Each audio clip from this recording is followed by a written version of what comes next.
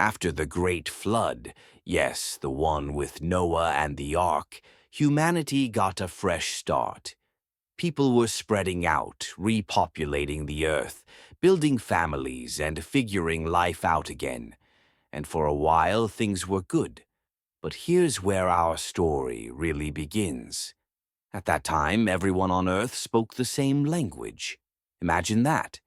No language barriers, no Google Translate.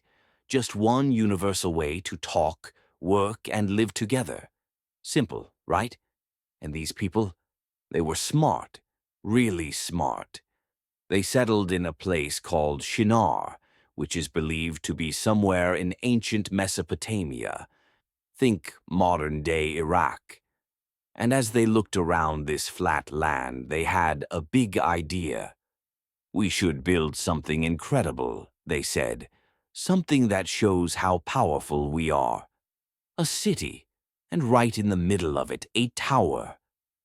Not just any tower, one that reaches the heavens.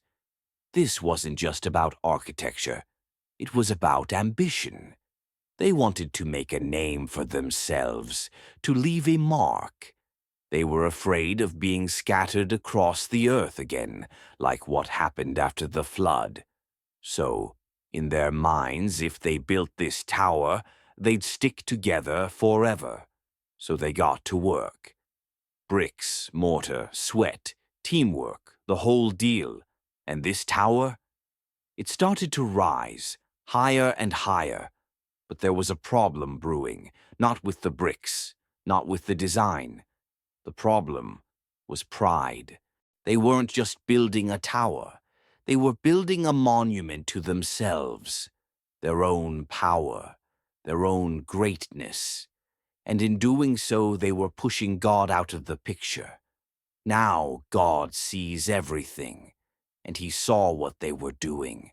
And while the tower itself wasn't evil, their hearts were becoming proud, arrogant. They thought they didn't need God anymore, so God stepped in, but not in anger, in wisdom. If they can do this together, imagine what else they might try. Nothing will be impossible for them if they forget me. So instead of knocking the tower down or sending a flood again, God did something clever. One day you're working next to your friend. You pass them a brick and say, "Here you go." And they look at you like, "What did you just say?" Suddenly, people started speaking in different languages. Not just accents, entirely new languages. So, what was the lesson? It's not that building is bad or dreaming big is wrong. The real issue was pride, the belief that they could build their lives without God, that they didn't need Him.